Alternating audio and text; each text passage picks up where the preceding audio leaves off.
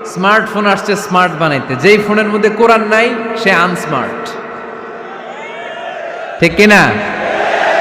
যার মোবাইলের ভেতরে কোরআনের অ্যাপস আছে, ডাউনলোড করে অ্যাপস রেখেছে, সেই হচ্ছে আসল স্মার্ট।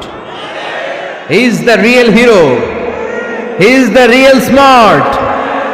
এজন্য মোবাইলের অ্যাপসের ভেতরে কোরআন ঢুকাইতে হবে।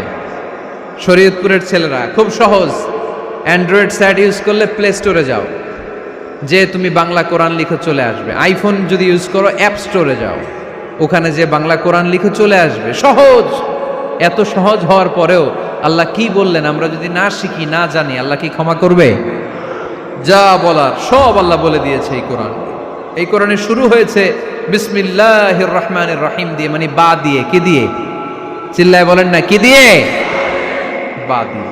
আর এই কোরআন শেষ হয়েছে সূরাতুন নাস দিয়ে, যে সূরার শেষ আয়াত হচ্ছে মিনাল জিন্নাতি ওয়ান নাস। বা আর সিন মিলাইলে কি হয়? বাস। এবার বাসে চড়া শরীয়তপুর শহরে যাব।